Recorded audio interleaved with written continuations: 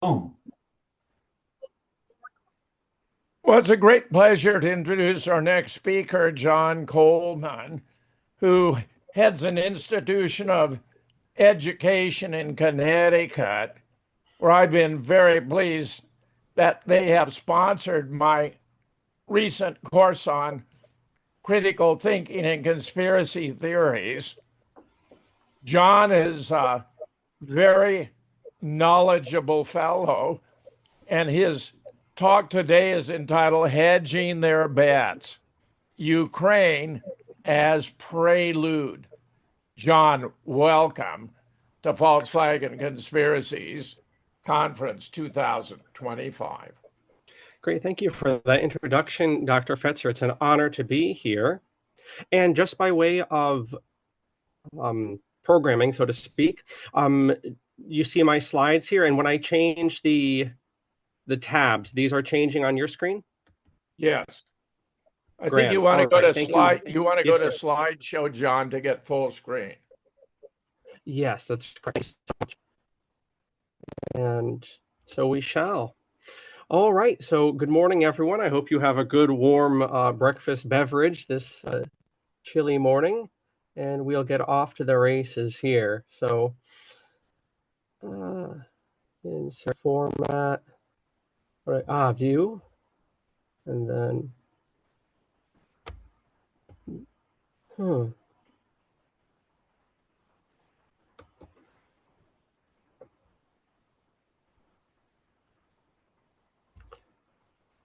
okay, I guess this is it. All right, grand. So hedging our bets, here we are, and we're 2 minutes after the hour. We'll take this up to 11:55, bring the bird down. A lot to get into today. Hedging their bets, Ukraine as Prelude. And so I am John Coleman, indeed, from ApocatastasisInstitute for the Humanities. After this, when the recordings are up, people can find out our website. And I love correspondence, especially on these sorts of topics. We're getting into geopolitics and conspiracies and all sorts of things like that. So I welcome everyone's correspondence to that regard. I did want to just mention, as we are at this conference here, the False Flags and Conspiracies Conference, and several of these are under our belt after all these years, and what a reserve of insight and wisdom and resources. And much like a school, I think the genius of a conference that we're involved with is to organize information in a much more long form and systematic fashion than typical outlets allow us to. So this is a great opportunity to really piece together what we might be getting from our different books and newspapers and podcasts and so forth. I think it's a real step in the next the next chapter, or whatever simile we want, of the truth movement, or however we define ourselves, and this area of research, to move beyond just dribs and drabs of knowledge to the larger organization of things. So great job here to Dr. Fetzer, Lori, and Gary King, and to all the attendees. All right, my thesis here is that the present war in Ukraine, almost 4 years in the tooth, at least in its present instantiation, although it goes back to 2014, and in certain ways longer than that. But in any case, the present war in Ukraine is simply a dress rehearsal for a bigger war, which both the globalists, which we'll define, and the Russian Federation predict is coming. Why do they predict it's coming? Because those people study something we are unaware of called historical cycles. So we have a lot to get into here, not just the immediate events in the war and looking what's coming down the pike in the next decade or decade and a half. But also we have to get into a bit of theory and a bit of historiography as well, because the people who believe they run this world are very well aware of these things. Okay, so where are we going in this talk in the nitty-gritty? We're going to get into the historical background of the war in Ukraine, which in certain ways goes back some hundreds of years, in other ways to the end of the Cold War Then we will move on to the immediate circumstances of the present conflict of these 4 years, and then going back to 20 and 14. We'll look at that. We will then put that recap on pause, so to speak, and we're going to acquaint ourselves with historical cycles. This is a vast topic. I happen to be teaching a course on it this semester, so you got me in a somewhat lucid moment. But we will just look at 3. And I suggest, if this is new for you, and I do believe it's new for almost everyone watching this, the idea of historical cycles, that these are 3 diverse approaches to this topic, but they're also 3 approachable ways, right? I did not put Hegel on here and scare you with super complicated charts or anything like that, though we will have some charts going forward.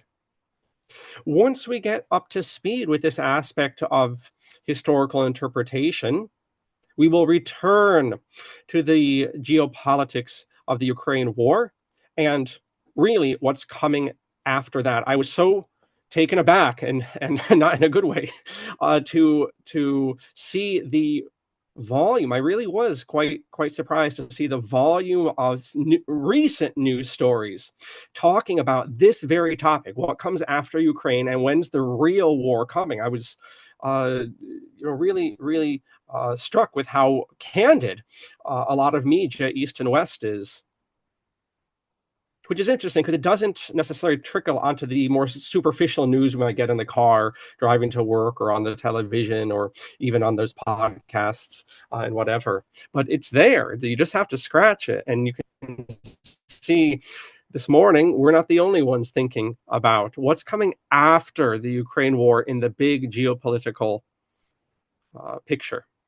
After that, not only will you be able to do further research into William Benner, Oswald Spengler, and Neil Hall and William Strauss. These are great leads for further research, but I will have some other things that I think will allow us to have a much deeper grasp of events in terms of publications and so forth.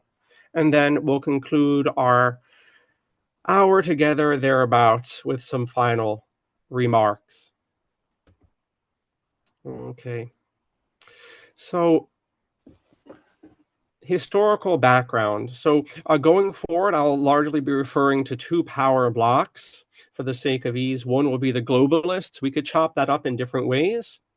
We can call them the Atlanticists, perhaps, the New World Order. There are other terms, maybe less flattering still, but that's who we're talking about. So this, very much a certain legacy of the Enlightenment, secular, very commercially oriented, very cosmopolitan in the sense of having little regard for culture or any of the aspects of culture, largely looking to see really people's as capital to be sloshed around and largely deracinated in every possible way.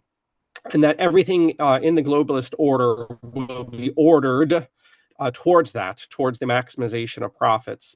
It's not really accurate to call these people capitalists. Corporatists, maybe. It would not do justice to the word capitalist to call them globalists. But anyway, you know who I'm talking about, especially this audience. And then the other block, I'll just refer to as the Russians, although this would largely include Belarus, a very, very close ally to the Russians at this point. It would also include groups like the BRICS nations, at least economically speaking. We'll get into those that combination soon enough. But these are the 2 blocks, and now as we move in, we will look at the globalists. So one of the things we see is that after again, this is all the buildup towards the Ukraine, after the collapse of the Soviet Union, although increasingly we want to question whether the Soviet Union ever did collapse, in the sense that more and more it's coming to light how much of a coup it was in the 80s and 90s that the Soviet Union was dissolved and reorganized and so-called liberalized to oblivion. So the old idea of the Soviet Union just gave up spiritually and just collapsed.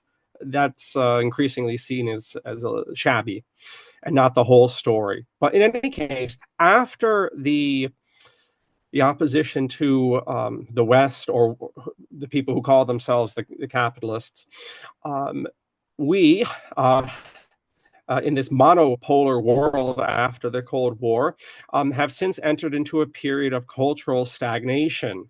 One of the ways you can see that more recent to our days is the absolute inability, for instance, of American films to be innovative. Going back about 15 years, everything we have has been a rehash and a reboot, and increasingly people are noticing the past couple of decades seem to have no characteristics whatsoever. You can see it in the architecture. The color schemes of a lot of franchises are very mauve and very bland and grayish. They tend towards grayish colors and so forth. So there's in many ways, we see there's a type of cultural stagnation happening, an anomie, which people had predicted because of certain trends in the West, even going back to the Enlightenment. Certain deracinated trends and a certain materialism would necessarily have to lead to a cultural stagnation. All right, then all of this is background to Ukraine. Remind yourself, we have Westphalia. Westphalia is the most important event in Western history, certainly modern Western history since the Reformation, that you've never heard of. Westphalia is basically when the modern legal nation state came into power in a real sense. It's, as I phrase it for some of the high schoolers, it's when the Christian priests stopped running Europe and the bar association priests began running Europe. It's truly a trade of priesthoods. And so it's when people really begin fearing and having to respect the legal system in the Western mold. Westphalia also has a whole concept of the global order, idea of a balance of power, and a lot of things that undergird the deeper aspects to the war in Ukraine and to the behavior of the Western globalists towards the Russians in the past few years and even over the past decade and a half. Westphalia has this idea, again, going back to 1648, that there has to be this balance of powers. And we see that even historically going back into the British, who famously will always back the weakest power on the continent, and that goes back to the 1500s. So there are some very deep historical trends at play right now in the Ukraine. Something else I thought worth bringing up, and this is going to be appropriate to the meditation on what comes after Ukraine wraps up. And that is something very deliberately that we're not aware of, or at least it's not made obvious. And that is the fact that after the Second World War, it is true that the United Kingdom and France were broke. In fact, the debts of the United Kingdom have been since structured. I think Churchill structured them in such a way they literally, mathematically, will never be paid off. And I'm not so familiar with France's debts. And we all know that after the war, the so-called victors had a very difficult time, for instance, feeding their people. And there appeared in the 50s and 60s to be a collapse of the power of these former colonial titans, Britain and France.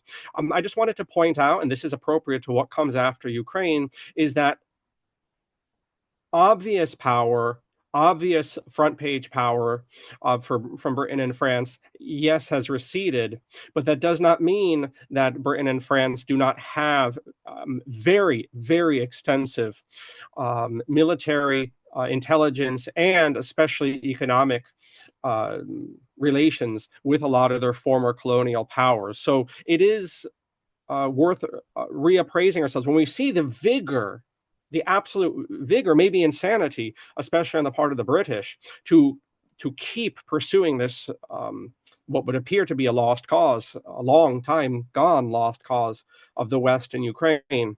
And you wonder, why is that? Well, you have to remember they have a lot more resources, the British and the French, and a lot of these so-called little powers we don't think about have actually a lot more resources than we imagine. And one can envision they would like a spot on the front page of the paper, so to speak, or to reclaim those colonial um, externals once again. So keep that in mind. They're not quite as gone as we might think. So that explains their behavior. All right.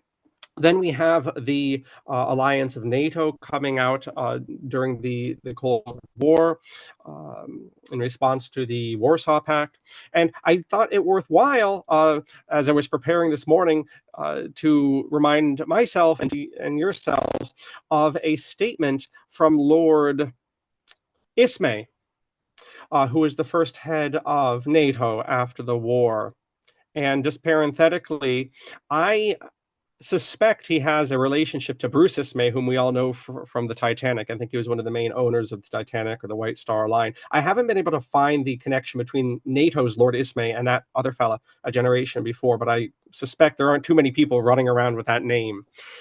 In any case, Lord Ismay of NATO fame, he said this in the 50s. Try to apply it to present day. Why does NATO exist? This is a famous in geopolitical circles statement. Why does NATO exist?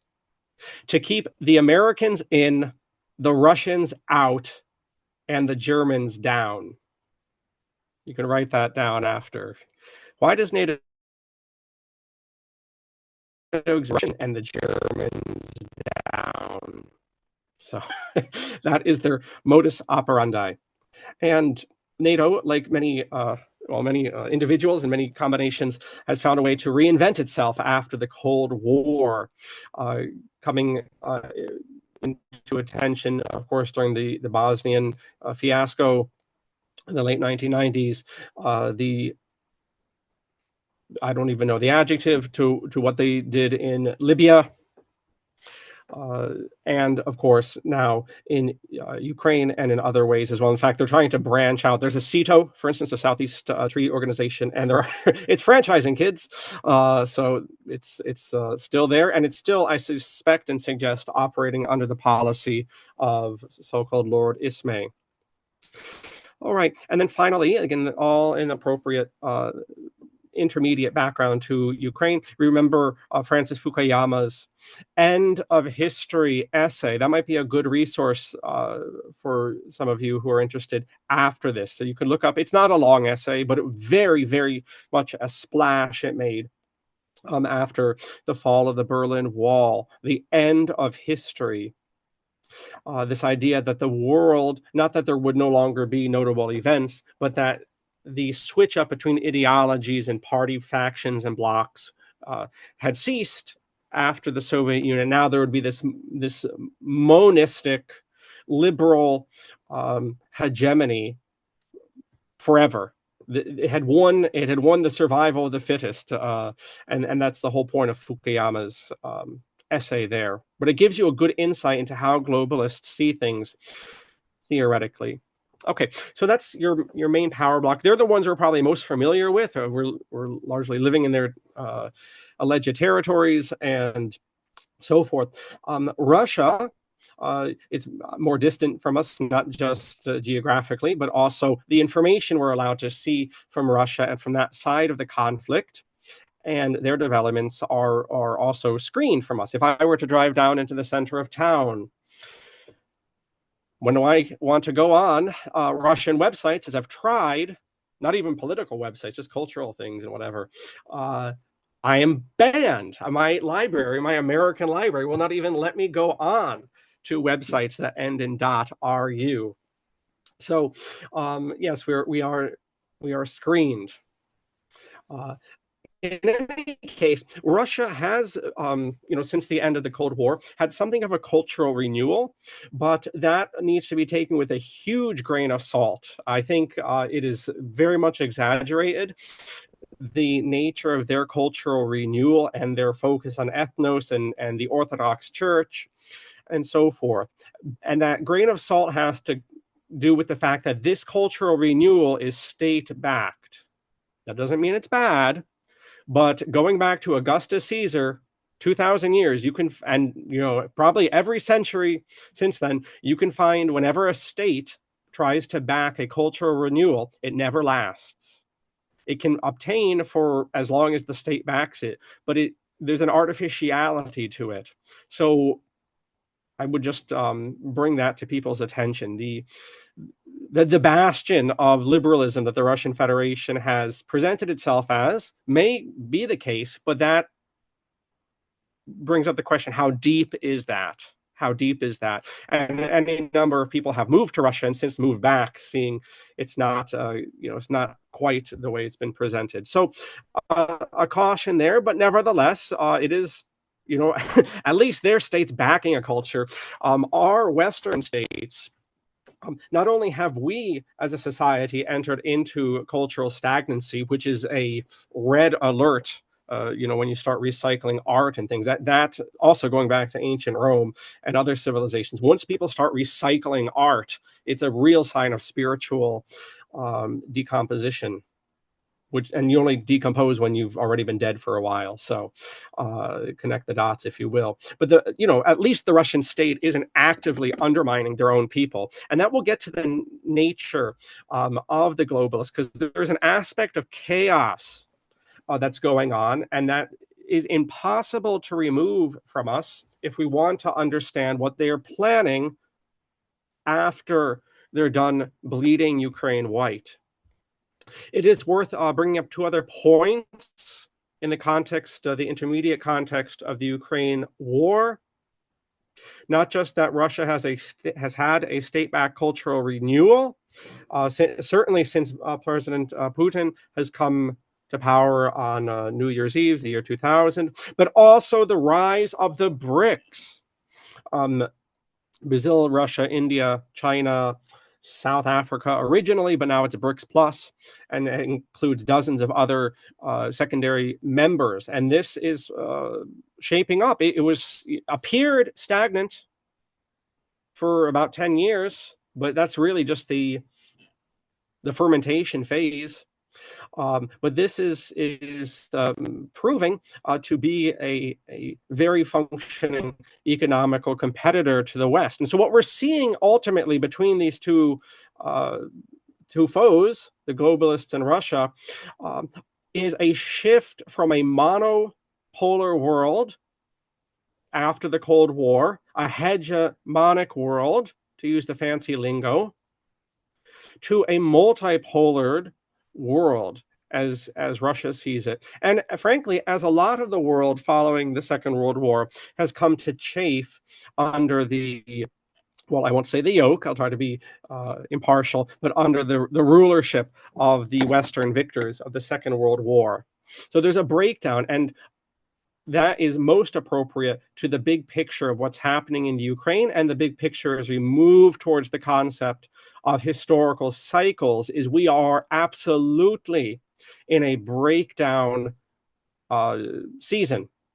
So you have, and we'll get into this a little bit more, or a lot bit more in a little bit, but you have basically an 80-year cycle in some of these models, and we are in the last slice of that, the last quarter, which is the age of crises. And so it's a toss-up. What is Ukraine about? Especially what is coming after Ukraine? Who will inherit the rulership of the world now that the World War II generation and the mythology and the economic system has run its course?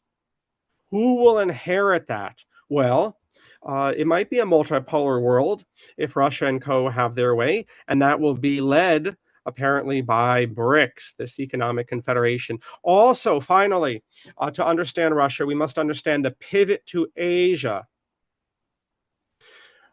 There's a long history in geopolitics of people trying to ally, and maybe for good or for bad, that never worked out, to ally with Western powers. Famously, some of you know the story that Ho Chi Minh showed up at the Treaty of Paris in 1919. Maybe wearing black pajamas like the Viet Cong, who knows? But he shows up, probably in a Western suit, and he shows up at the Treaty of Paris, and he's rebuffed by Wilson. And so Ho Chi Minh, looks around and back, he stops off in the Soviet Union. And so Vietnam subsequently will be allied with the Soviet Union in later history. And there are other examples of this. Even more famously, if you know your history, Robespierre, as a child, won an essay contest lauding Louis XIV, and he was rebuffed by Louis XIV, and led to very different affiliations in later life between Robespierre and Louis, let's say. And there are other examples. If it's to be believed, Osama bin Laden offered Al Qaeda. I know, we take that story with a big bit of salt. But after the invasion of Kuwait, in the stories that Osama bin Laden offered Al Qaeda to drive out the Iraqis, and he was rebuffed, and as the story goes, he realigned against the West. Well, in any case, if you look at the behavior of the Russian Federation, especially under Vladimir Putin, in the year 2000 and going forward, there was an initial attempt to ally, and to forge deeper ties with the West. Russia has forever, air quotes, forever had a great relationship with France. Even leading up to the Ukraine war, there was a lot of attempted intervention on the part of Emmanuel Macron, trying to at least reposition the start date of the war, if nothing else. But anyway, ultimately those endeavors of Russia towards the West were rebuffed. After all, the West has moved, and clearly its policy and NATO's policy and the globalist policy has been to move east. So there could not really be such a repartee. And so there's been a reorientation of the Russian Federation towards Asia, not just China and India, who of course form, super blocks of the BRICS, let's say, but also the likes of North Korea, who presently have tens of thousands of soldiers fighting in Ukraine. So there we go. And we're moving on. So here is just an illustration of the Treaty of Westphalia. That's a good lead to understand the big picture of what's going on here. Okay. So the immediate circumstances of the Ukraine war, I trust that they are well known to us, or well known enough to us to breeze through them and to really focus on historical cycles before we return back to Ukraine.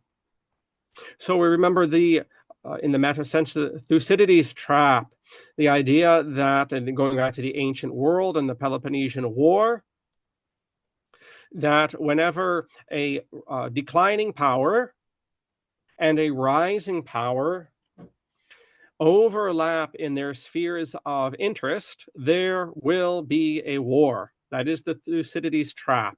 When a rising power and a declining power have overlapping interests, there necessarily must be a war. And so you have a declining post-World War II order. I'm going to suggest why that is momentarily. But if you'll just play with me here and you'll just run with me, I'm going to make a statement that the post-World War II world has tapped out. It's sucked its host, its own peoples, dry. And so it's declining. And then you have, maybe tenuously, maybe state-backed with a big grain of salt, but you do have a rising cultural force in Russia. And then whether or not that will obtain and endure, you certainly have an economic bloc, which is coming into vision behind BRICS and behind, not to get too into the nitty-gritty, but the reorientation of the petrodollar and some of these other things, these mainstays, these tent pegs, whatever simile you want, that have undergirded this World War II order. These things are being ripped up, they're being replaced. So that's the Thucydides trap. Okay, then you have the Maidan coup. And this is when the globalists, through something that remember those innocent days when you would have like internet protests and people would show up and we didn't automatically think they were just spooks and whatever. You have to remember the Maidan coup came after Occupy Wall Street, came after the Arab Spring. By 2014, I mean, it was pretty obvious that the Arab Spring by 2014 had been co-opted by the West if it was not started by the West. Occupy had been beaten into submission, and so forth. But we have to put ourselves 10 years back. So you had the Maidan coup, and obviously enough people in Ukraine weren't onto what was up. And there were depositions of the ruling power and then installations of the new ones. I have a very interesting photograph coming up towards that end. This immediately led to fighting between Russian national militias in the east with the new regime in Kiev. If you're not familiar, the south and the southeast of Ukraine, which that's a whole other issue and history, how modern Ukraine came about. Like a lot of modern nations, it was kind of just smushed together by attorneys who didn't know their ass from their elbow. And so you have lots of people that don't have much in common. Maybe they have a language or two or three in common. Maybe they don't. But in any case, in the south and east of Ukraine, you have a lot of Russian nationals, or not nationals, but ethnic Russians, Russian speakers, Russian Orthodox, or some other type of Orthodox. And then in the, say, north, west of the country, central part of Ukraine, you have a lot more kind of Western-oriented Catholic in terms of religious affiliation. So we want to keep that in mind. You have these deep fissures in Ukraine already. So fighting necessarily breaks out. This, of course, is exacerbated. Maybe it's initially caused by the fact that the new regime in Kiev after 2014 begin implementing a type of Ukrainian nationalism, which is obnoxious to the Russian ethnics, especially around languages. And also, there's a lot of hanky-panky with the Orthodox Church that will eventually happen in Ukraine as well. The creation by the West of the Ukrainian Orthodox Church, splitting it off from the Moscow Patriarchate, for instance. A lot of harassing of Russian-oriented monasteries as well. Okay. Initially, you have in 2014 and 15, Minsk 1 and Minsk 2 trying to tamp down this fighting. But as Chancellor Angela Merkel said, from unfortunately the most beat down, broke back of all the participants in the Second World War, Germany. I'm not telling people on this conference what you don't know. We all know the condition, the pathetic condition that Germany and the Germans have been put into in the past 80 years. And so the people that rule them are not having their interest in mind. So Angela Merkel actually said this, that Minsk 2, this was around, I think, 20 and 22. Yeah. Minsk 2, this agreement we made with Russia, that was just to buy time. We just had to buy time to build up the Ukrainian army for this war that we planned 10 years later. Very cynical, and also such statements necessarily are going to sour your opponent towards any future peace processes. So in 20 and 22, on the 24th of February, you have the beginning of the so-called special military operation, the invasion of Russia into Ukraine. There are some legal reasons that it's phrased that way, that it's not a war as far as the Russian attorneys are concerned, the Russian priests. But anyway, that happens, and it happens because the Russians allege that the Ukrainian nationals, including, you might recall, the Azov Brigade, a type of rump of the Nazi party that had survived in fits and starts going back to the 40s, that the Azov Brigade was planning kind of a night of the long knives on the Russian ethnics. And so Russia had to step in and protect those people from being butchered. This had followed months and months of provocation on the part of the West. Russia, of course, was not going, and had said this forever and a day, that it was not going to have a NATO country on its borders, that the intervening countries, Belarus, Ukraine, ideally, the Baltic countries, they would be marshes, to use the old medieval phrase. There would be buffer areas. And Ukraine and the globalists behind Ukraine, because of where we're going here, because they know what's coming in the 2030s, had to keep pushing. They had to provoke Russia into this war. The subsequent fighting, we do not need to bog down in that fighting, as I'm afraid it has. And if you'll forgive me a cheesy simile there, but we will not bog down in the nitty-gritty of the fighting, except to point out that the globalists, we see this in Iraq, Afghanistan, Syria, now Ukraine, we'll see it elsewhere. The globalists are like hares in the old parable of the hare and the tortoise. They're like children, they're like gnats, whatever simile you want. The globalists, they have an element of chaos that I'm going to talk about, and it must be taken into account. And I'll develop that. But in any case, to understand the fighting, it's very, look, remember how much right after the invasion, there were donuts with the Ukrainian flag at Dunkin' Donuts. Some of you remember this. And the towns here in America had Ukrainian flags, and people had the Ukrainian flag on their pin. And now nobody cares about this. It gets in the news some, but there is this aspect of lack of attention. We're going to throw everything. You've seen this with COVID-19. You see it with other things. You have the cause celeb for the moment, and every attention is focused on it, but it can't be maintained indefinitely. And that's how the globalists are. And so that explains militarily, partially, why things have bogged down. There's been the change in the American administration, so not quite the quite the spigot of money and guns and so forth. But it has continued nonetheless. I suggest, and I think this is observable, largely because of the pushing of the French and the English, because they want their empires back in an external form. So why has Ukraine continued to bleed out and lose the war, and the Americans have kind of flaked out of that process? And why even during the Biden administration there was some tension there. It wasn't enough to do anything to stop the cash and the weapons, but there was some defection there, and that's certainly the case in the Trump administration. But why? Because why does this continue? Because the British and the French are pushing for this. Okay, and then you have militarily just a reality that the Russian military doctrine going back 400 years to Charles the 10th and the war with Sweden, the Russian army is focused on slowly grinding down its enemies. That's how it fights. And so it's presented in the West like Russia is beside itself. It was always, and it has always been, in modern warfare for Russia, the reality to slowly bite and hold,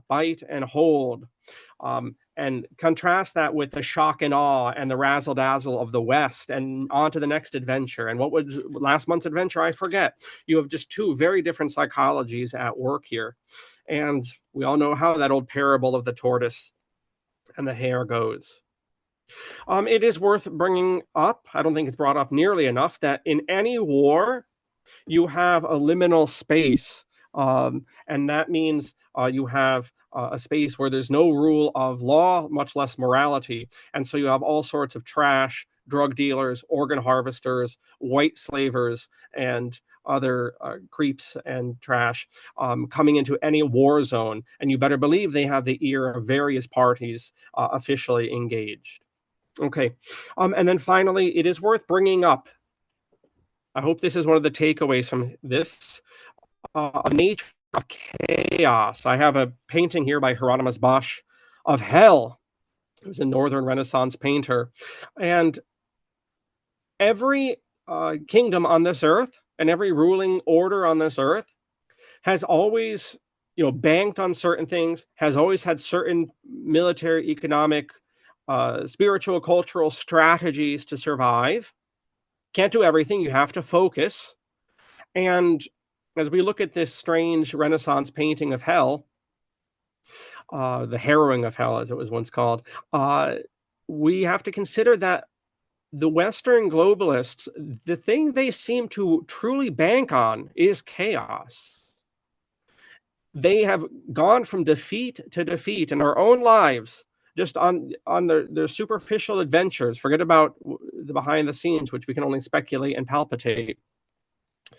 They've gone from defeat to defeat, whether that is in Afghanistan or Syria or Libya, all sorts of adventures in Africa and Southern Europe. Zionism is falling apart, as we all know at this hour, not just PR-wise, but the Israeli army has been whipped from pillar to post by Hezbollah and so forth. These globalists and these people, all they do is fail, but somehow they fail upwards. And we must begin meditating on how the nature of chaos is actually in their cards. And in particular, I think that's where Britain and France are going to be really putting their eggs in that basket. How can they become more prominent yet again? Okay. And there, yes. Okay. And just for fun here, we have Victoria Nuland. I'm always interested in the names that these public characters are given. It's very indicative. So you have like a president who's really bombastic, and so his name's Trump. Or you have, we all remember maybe 15 years ago, a guy in New York City who I think was connected to the Clintons called Anthony Weiner. And Anthony Weiner could not stop showing pictures of certain body parts. And it's interesting with his last name. And Victoria Nuland actually is a woman who would make Hillary Clinton seem like a peacenik. Victoria Nuland and all of the Kagan family around her are dripping with blood from head to toe. And what makes this strange picture what makes it so strange is that you have this bizarre, evil woman, in my opinion, who's named Nuland. Isn't interesting? Her name's Nuland, right? She's like the battering ram of NATO at that time, 2014. This is the Maidan coup. She's like the battering ram of NATO in this agenda to like get new land for the globalists. It's very interesting the names these people have.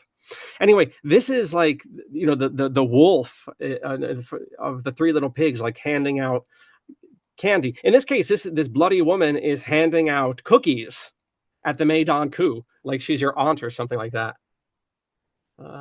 So I hope that's the takeaway. You get all sorts of information, but as a visual, I hope that sticks with you. Okay. Now we get into a real interesting part, and this is the hardcore of this presentation. History, cycles, and historiography.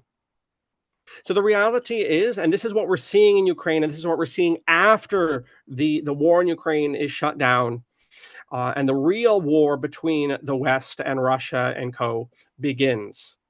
We're seeing a switch of cycles. And we're going to briefly look at three. There's so much out there at your libraries and bookstores and internet on this. So you have plenty of leads here. And you ask yourself, well, why do peoples and empires, cultures rise and fall? I'm not going to read this whole poem. The gods of the copybook headings. As I pass through my incarnations, this is by Rudyard Kipling. And the point of this, how do kingdoms rise and fall? How do we understand these cycles? Why is the World War II kingdom so-called, the order, the New World Order of the 1940s, why is that running out? Why is a new order rising? Eventually that will die. Why did the British Empire fall and the French Empire before? And, and you can go back to Rome. Everyone likes to go back to Rome, and so forth. Rudyard Kipling, who wrote this poem, he's arguing the ruling people, they lose themselves in their schemes. The gods of the copybook headings. I'll just read the first three stanzas, then we'll get on with the cycles. We want to ask ourselves, why are these cycles moving? They're very perceptive. As I pass through my incarnations in every age and race, I make my proper prostrations to the gods of the marketplace. Peering through reverent fingers, I watched them flourish and fall, and the gods of the copybook headings, I notice, outlast them all. We were living in trees when they met us. They showed us each in turn that water would certainly wet us as fire would certainly burn. But we found them lacking in uplift, vision, and breadth of mind. So we left them to teach the gorillas while we followed the march of mankind. We moved as the spirit listed, they never altered their pace, being neither cloud nor windborne like the gods of the marketplace. But they always caught up with our progress, and presently word would come that a tribe had been wiped off its ice field or the lights had gone out in Rome. So you can read the other 7 stanzas. But the meditation of Kipling, and this is the meditation of people going back to the Book of Chronicles in the Bible, St. Augustine, Ibn Khaldun, Giambattista Vico, Hegel, Oswald Spengler. People have asked this. Why do peoples rise and fall? And I think Kipling's meditation hits the nail on the head. And most of those guys that I just mentioned, they'd agree. Because the people lose whatever spirit made them great, and they lose their common sense, and eventually they get so bugged out on materialism and wealth and stratagems and crafty combinations that they've lost the script, and the next group of people hasn't, and rinse and repeat. Okay, so these are three leads to understand cycles. There are many more and many more complicated, but this is a great place to start. So you have William Benner, who's a great American version of this. And as a good American, you just want to cut to the chase. When can I make money? This is William Benner. He was in the late 1800s here in these United States. And he wanted to know, how can you and I wake up with this question? Like, how can we make as much money selling grain and hogs as possible, right? You wake up like that, and that's what you're thinking. How can I make the most money off my hogs? Well, William Benner was thinking about that a lot.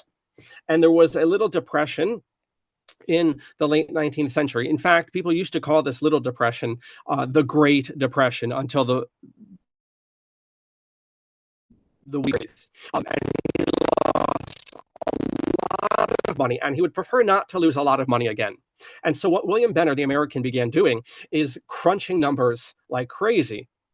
And he came up with this observable cycle. Now, before I make one more statement delineating cycles, and we're going to spend as much time as the clock allows on the Strauss-Howe fourth turning cycle in particular, you might be wondering, well, why haven't I ever heard about cycles before? There are some nitty-gritty reasons for that. As a teacher of grade school students, I can tell you that it's very difficult to get even basic ideas into the heads of children who are raised with televisions and cell phones. So you're lucky to even just get the basic chronology, forget about theory. But also, in a more cultural way, our civilization is an Enlightenment civilization. In fact, there is no more Enlightenment country than America, a total tabula rasa in ways good and bad. And part of that, philosophically, as Americans and as modern Enlightenment Westerners, is that we believe that the sky is the limit. And therefore, the reason in our schools we haven't heard of this is because it actually contradicts with our philosophy. The idea that history runs on observable cycles would crimp my style, right? If I'm an Enlightenment person, I can be literally, apparently now, anything I want. And you can fill in the blanks there. I can literally be anything I want in modern Western liberalism. Well, obviously, if there are these perceptible cycles, I'm not nearly as free as I'm imagining myself. So therefore, these cycles are not really taught in schools at all. Yet they are observable, and yet the greatest minds in human history have meditated on this point. So this is Benner's one. Pretty straightforward. I just want to make some money, sell those hogs. Okay, here's another great one. And this is not a linear version. This is Oswald Spengler's one. There's a lot here. I'm not going to bog down in it. You can't probably see it that well. But again, these are just leads for you, the audience, to do more work. So Oswald Spengler was a German historian. He did not see history like we were taught as a linear thing. He saw it as a cyclical thing, solely a cyclical thing.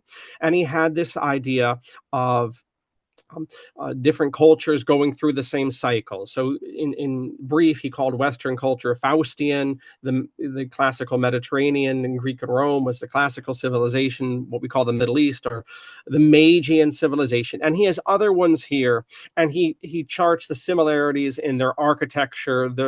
They all seem to have a Caesar figure that comes along at a certain time during their age of crises. And they all have a similar image that they focus on. It's fascinating how complicated these cycles can get. Like I said, Hegel, the German George Hegel, or George Hegel.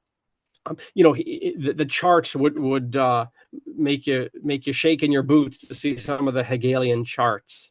And when you get to Toynbee in the 20th century, after Spengler's early 20th century, when you get to Arnold Toynbee, it gets very, very complicated as well. But anyway, Oswald Spengler had this interpretation. Now, Spengler, if you follow any of the New Right discourse, or what do we call it? Not the New Right, the alt-right. The alt-right discourse from about 10 years ago, you'll recall hearing Spengler's name. Spengler has kind of been dusted off in the past decade by the so-called dissident right or the alt-right, because especially because of his meditation on the Caesar figure, his prediction that every civilization, when it enters this crisis mode, has a Caesar figure, so you can interpret who that might be. Nowadays, he also had a thought. He's writing, during and after the First World War. He also has this idea, like, oh, well, maybe something will rise. He says between the Vistula and the Red River, I think. Somewhere, where's between the Vistula River and the Red? Oh, Russia. Right. So Spengler says, oh, there might be this civilization that arises to confront the Western Faustian civilization in Russia. So for these reasons, Spengler's been remembered and brought back into consciousness in the past decade or so. Okay, but always looking at that clock to be respectful of everyone's time. The one that you really want to sink your teeth into, especially because America is at least now a quieter participant in the Ukraine war and what's coming after. But don't worry, that can ramp up as fast as you like. The one you want to really dig your teeth into is called The Fourth Turning.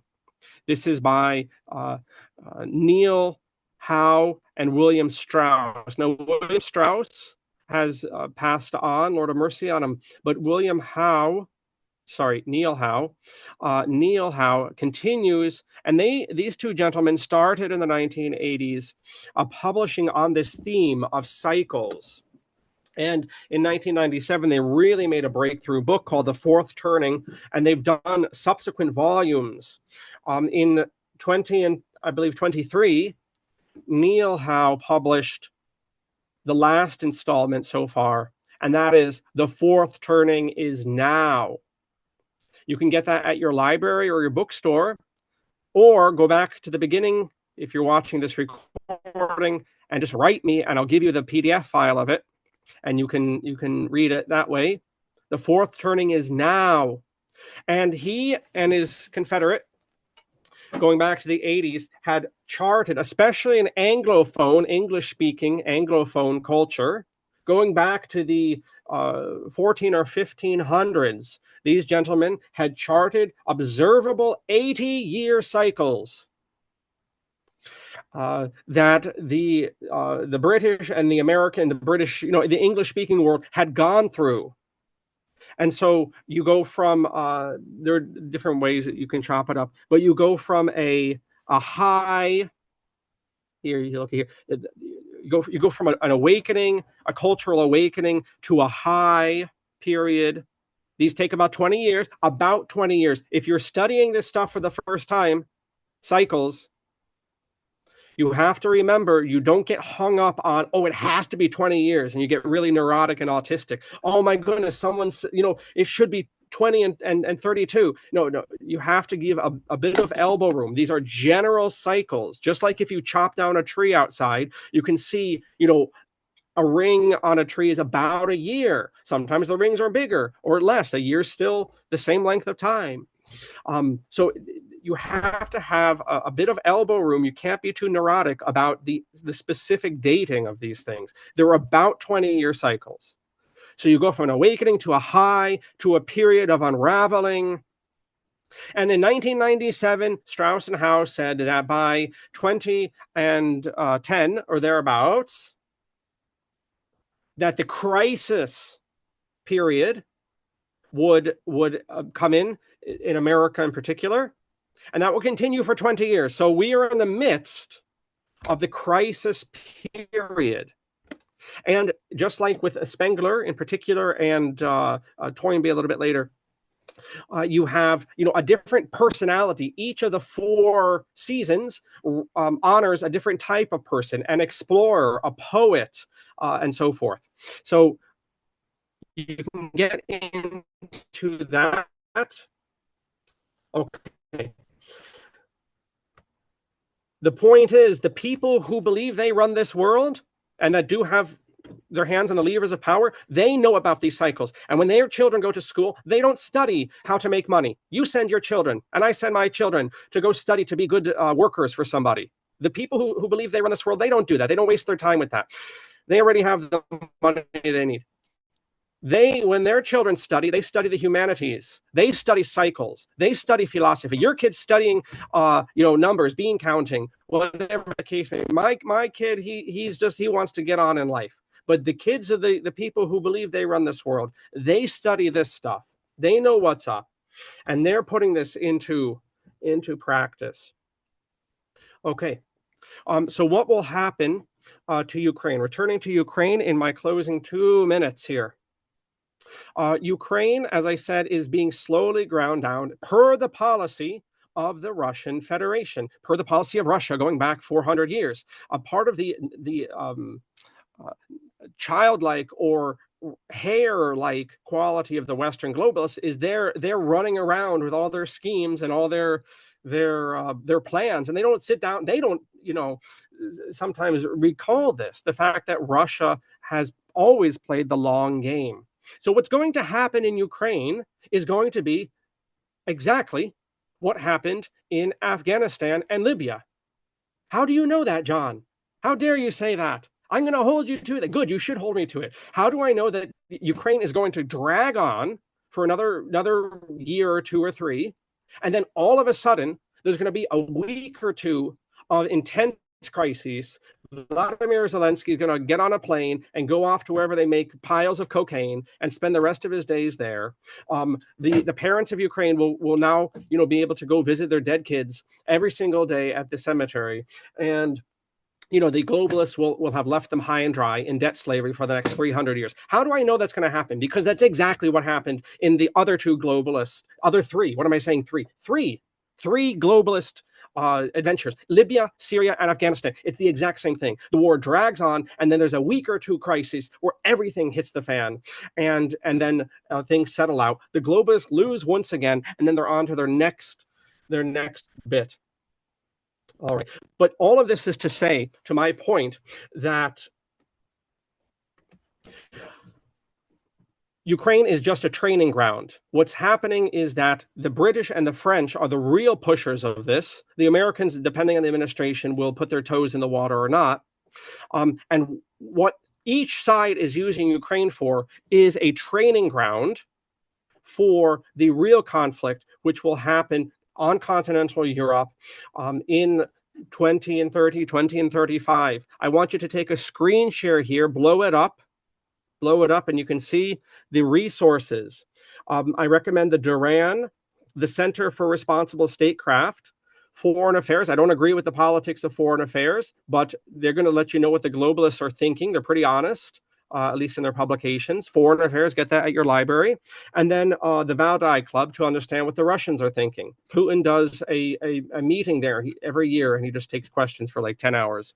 And then for print publications, once again, Foreign Affairs, the Ukraine War and the Eurasian World Order. You can email me for the file if you're interested. You can see the book cover there. That's by Glenn Deason.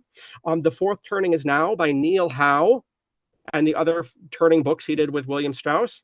And then Mega Fire by Protestant pastor Rick Wiles, if you want a more spiritual look at this, looking at cycles. With that, I thank Dr. Fetzer, Lorian Fenton, Gary King, and a lot of you for your attention on this interesting topic. Thank you so very much, John Coleman. That was quite a fascinating, comprehensive presentation. Greatly appreciated. Meanwhile, Gary, you can bring up Hope and Tavon as our next speakers, Okay. but conclude the recording, of course, so Yeah, we I can turned it start. off. Okay, recording stop. Let me John, stop. you can turn off your video. That's fine. Thank you so much.